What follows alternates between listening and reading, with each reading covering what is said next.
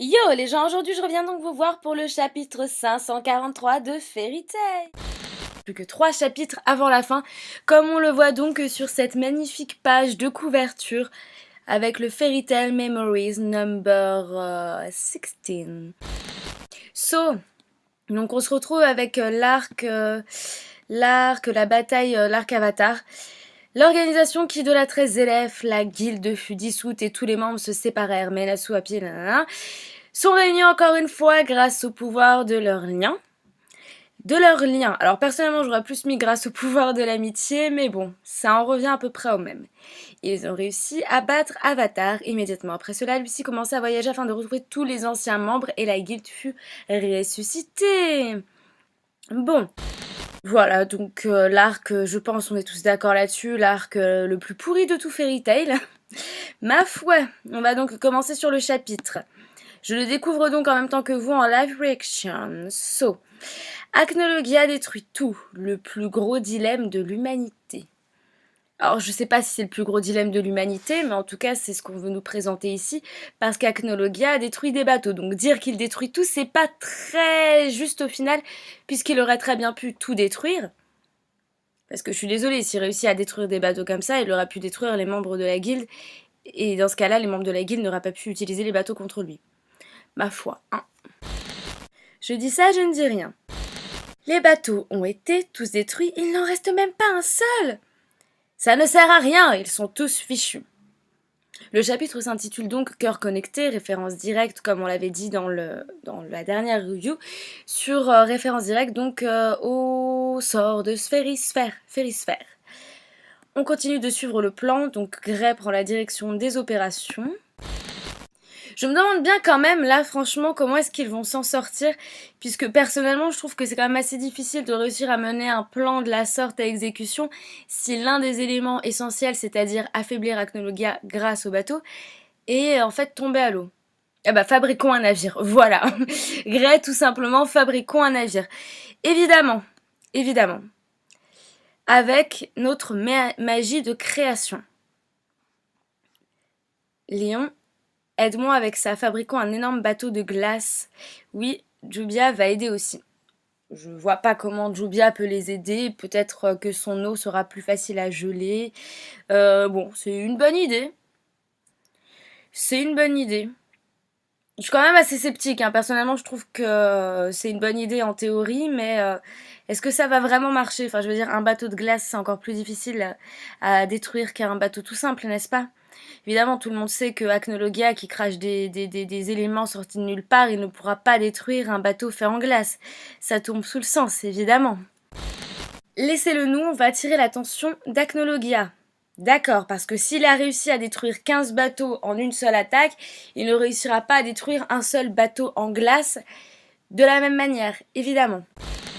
C'est complètement con, en fait. Oui, c'est complètement con. Je trouve ça complètement con.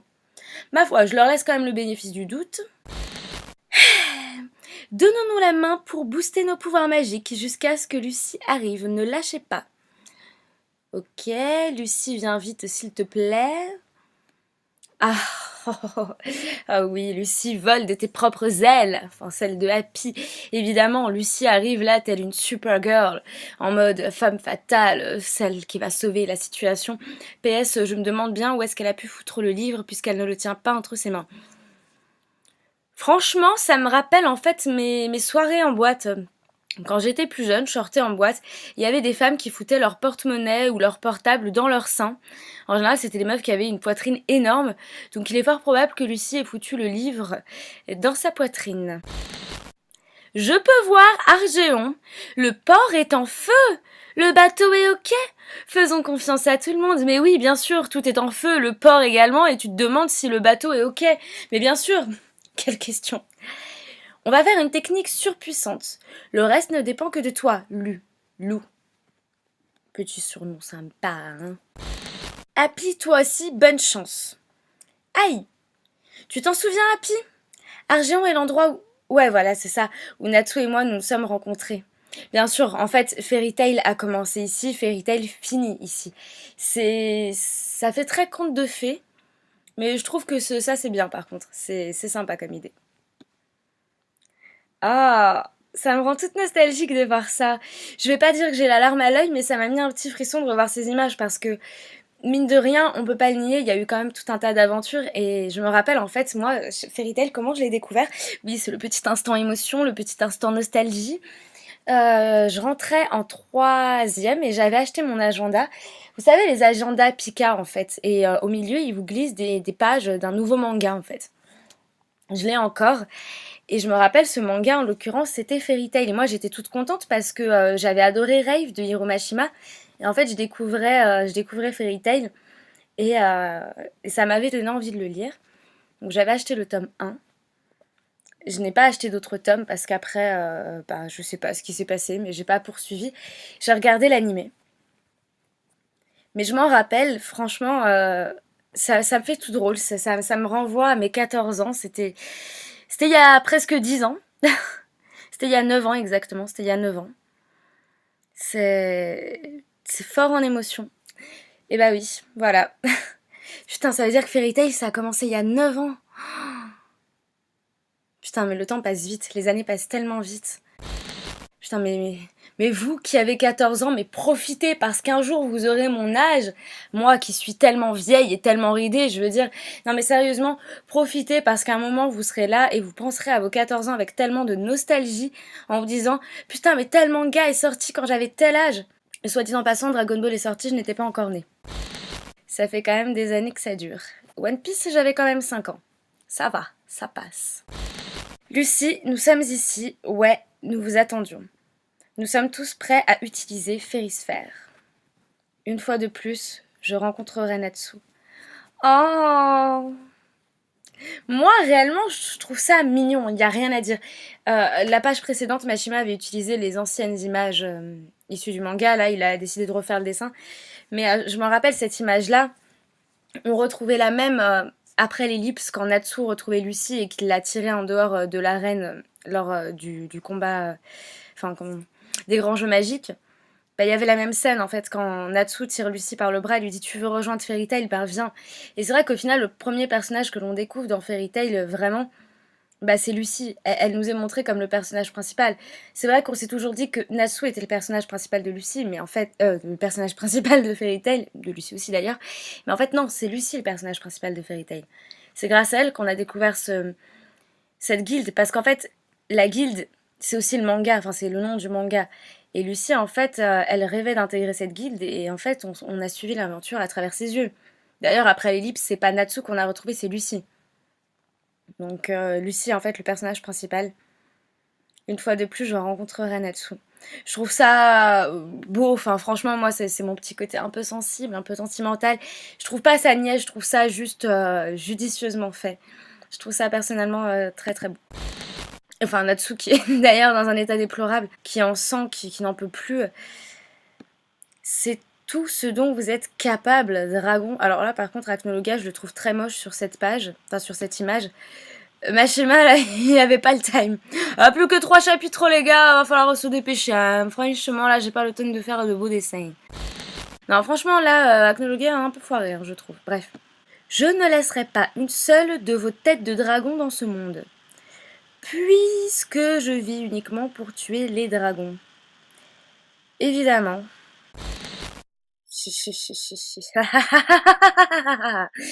Natsu mort de rire, Acnologia se demande ce qu'il se passe, évidemment. Je n'ai pas encore lu, mais je sais que Natsu va se relever en disant parce que tu croyais vraiment que c'était fini, bla bla bla. Mais quelle blague! Tu es toi-même un dragon, pas vrai? Ne vas-tu pas oublier une tête dans tout ça? Il parle de la sienne. Alors, est-ce que ce serait pas justement le fameux moment où Natsu va dire si tu veux nous tuer, eh ben tue-nous, mais on t'emportera avec nous. Le petit moment du sacrifice, tu vois. En plus, nous sommes humains. Bien que nous ayons reçu le pouvoir des dragons, nous restons des humains. Espèce d'abrutis vaniteux. Les vrais dragons sont puissants et nobles. Alors là, je trouve. Alors la traduction est bien faite. Je sais pas ce qui était écrit en japonais à la base, mais ça doit être la même idée.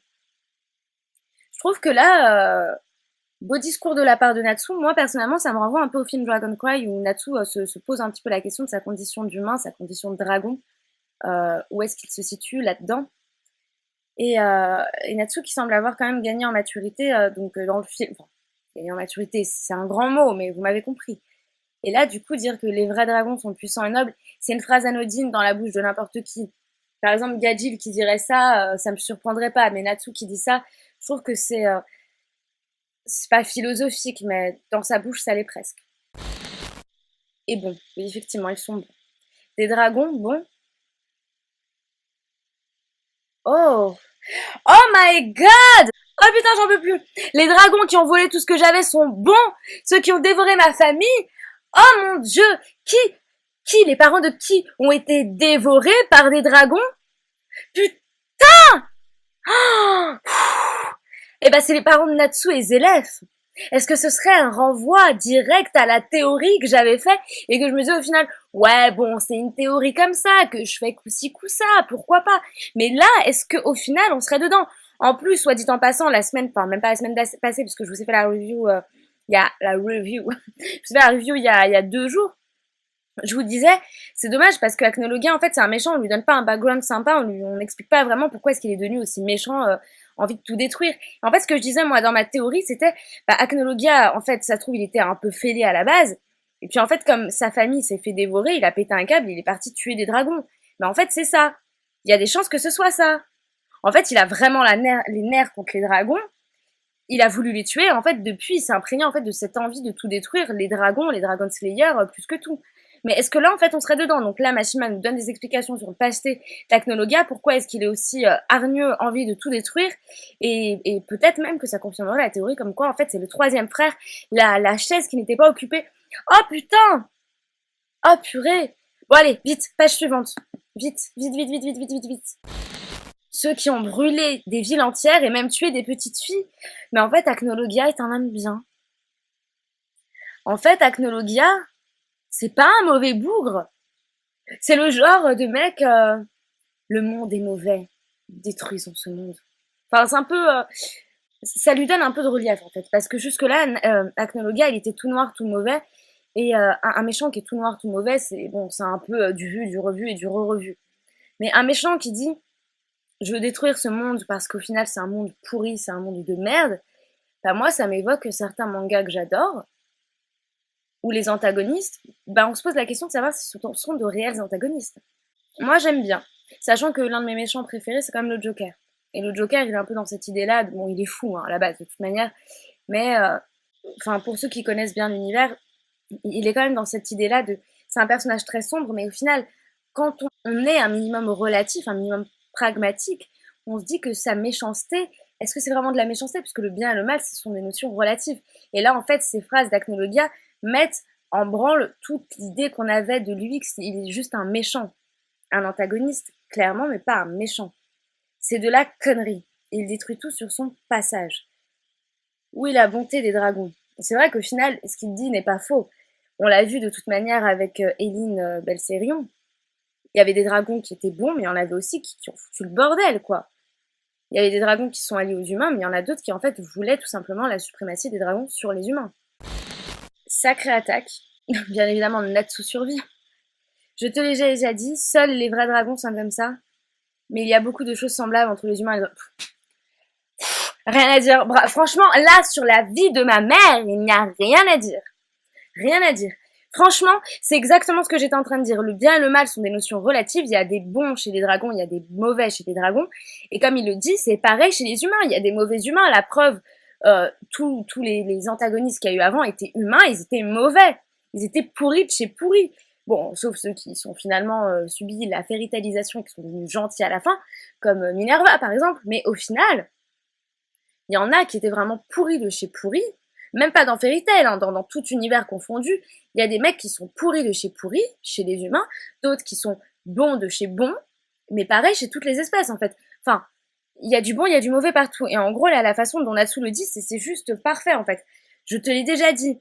Donc en fait, il reprend ce qu'il a dit, en gros, Acnologia, t'as pas compris. Seuls les vrais dragons sont comme ça. Je te dis les vrais dragons, mais il y en a des pourris. Mais il y a beaucoup de choses semblables entre les humains et les dragons. Franchement, là, le discours de Natsu, je lui mets 20 sur 20. Certains sont du genre que tu peux aimer ou du genre que tu peux détester. Certains sont forts, d'autres sont faibles. Certains sont bons et d'autres sont mauvais. Alors là, quand même, Bon, Acnologia, là, j'aime pas sa gueule, ça m'énerve, il est moche, là. Bref. Là, Natsu, ce qu'il dit, c'est juste tellement vrai. Enfin, c'est du bon sens. Mais dans Fairy Tail, on a tellement pas l'habitude du bon sens, et surtout de la bouche de Natsu, que là, je trouve que c'est bien fait, c'est bien expliqué, c'est bon.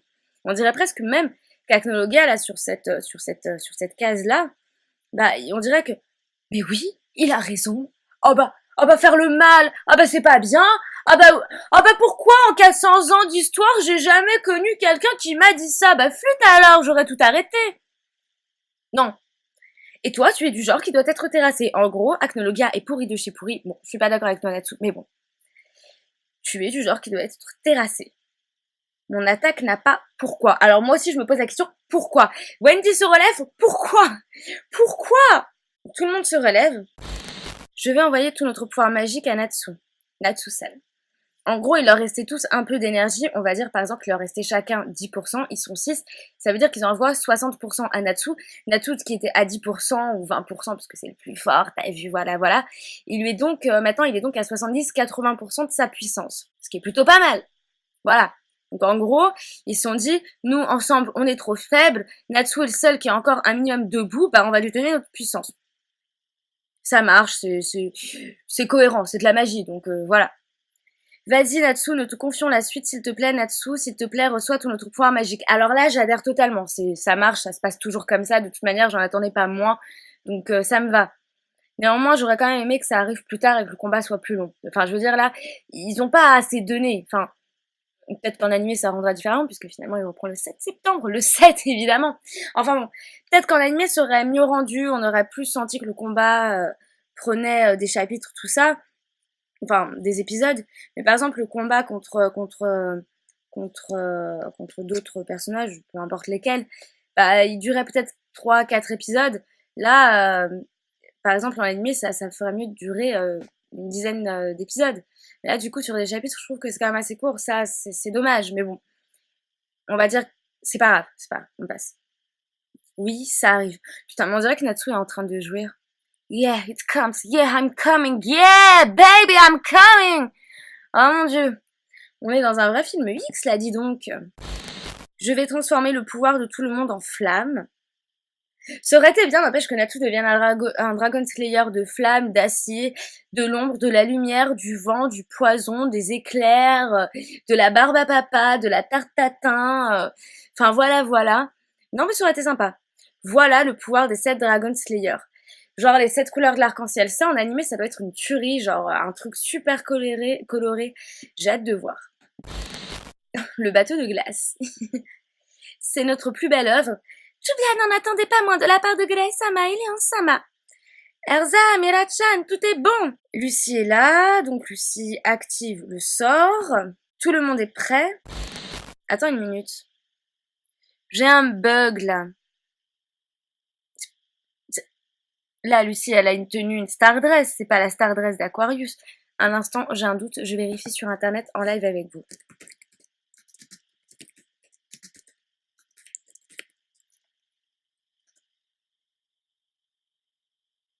Si, en fait, c'est ça. Si, en fait, c'est la star dress d'Aquarius. Mais pourquoi, en fait Elle peut utiliser la star dress d'Aquarius même si elle n'a pas la clé d'Aquarius. Et elle peut... Pourquoi en fait elle a la star dress d'Aquarius? Je comprends pas. No comprendo. No comprendo lo que paso. Por favor, dame ayuda. Ok, c'est parti, viens par ici.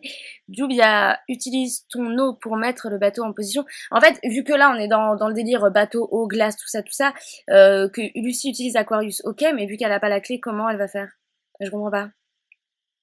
Jubia, utilise ton eau pour mettre le bateau en position. Ok. Ne sous-estime pas le pouvoir des humains, Acnologia. Ok. Erza, soit. Ok, y a pas de souci. Toutes mes armes, je vais utiliser jusqu'à la dernière de mes épées. Jubia, oui, Jubia s'en occupe. Un petit moment, on fait participer tout le monde, c'est cool, ok. Ok, donc Acnologia atterrit donc sur le bateau parce qu'en fait, Erza l'a blessé, le bateau est arrivé comme une flèche, Acnologia tombe, il tombe sur le bateau. Mange notre rage. Maintenant, Lucie, libérez tout votre pouvoir magique. Ok, jusque-là, tout est cohérent. Ah, est-ce que c'était genre un espèce d'hommage, genre Aquarius, premier maître, papa, maman, donnez-moi votre force. Genre comme dans Harry Potter, comme quand à la fin Harry doit aller affronter Voldemort dans la forêt interdite et que son père, sa mère, Sirius Black, Remus Lupin, je sais plus qui qu'il y avait d'autres, donc tout ça, sont avec lui. C'est un peu le même délire, quoi. Donnez-moi le pouvoir de protéger tout le monde. Là, ça met quand même de l'émotion, mais c'est vrai qu'avec une petite musique à la Fairy Tail, en animé, ça doit vraiment rendre bien, ça doit être vraiment un moment plein d'émotions, j'en suis sûre. Pourquoi Shelia était à part? Je m'en bats. Et genre, Carla lui tend la main.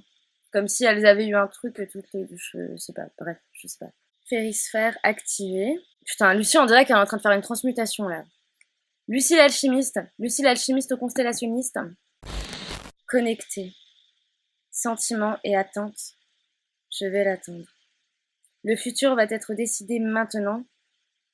Prochain chapitre, nous aurons un extra chapitre de 26 pages pour l'apogée de la bataille des dragons. Oui, ça c'est bon. Ah oui. Ah, chapitre de 26 pages. Ah, mais j'y suis rassurée. Ah ben oui, ça c'est bien. À suivre dans le chapitre 544, tu es le roi. Mais qui est le roi, du coup? Parce que c'est quelqu'un qui prononce cette phrase. Est-ce que, genre, Natsu bat Acnologia et Acnologia lui dit « Ah non, je ne suis plus le roi dragon. Natsu, toi, tu es le roi, le vrai roi dragon. » Genre, bon. Le futur va être décidé maintenant.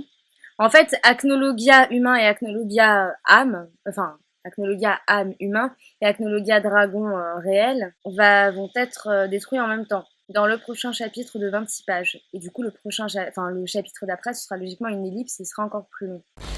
J'adhère. J'adhère à ce chapitre, je lui mets une bonne note. Je lui mets la note de 8 sur 10. 8 sur 10 parce que j'aime pas le moment où... Enfin, j'aime pas déjà Acnologia comme il est dessiné, j'aime pas le moment où justement Acnologia a l'air de tilter un truc quand Natsu lui dit non mais en fait il y a du bon, il y a du mauvais partout, blablabla, en fait tu n'as pas compris tout ça. Acnologia c'est comme s'il était oh, mais oui tu as raison, alors que non en fait non. Et mais sinon tout le reste j'adhère. Vous en avez pensé quoi franchement de ce chapitre? Moi personnellement j'ai bien aimé. J'ai que 3 chapitres, c'était la moindre des choses quand même. Bon, les gens, je vous fais des très gros bisous. Je vous dis à la semaine prochaine pour la prochaine review. Je vous souhaite un très bon week-end. Salut les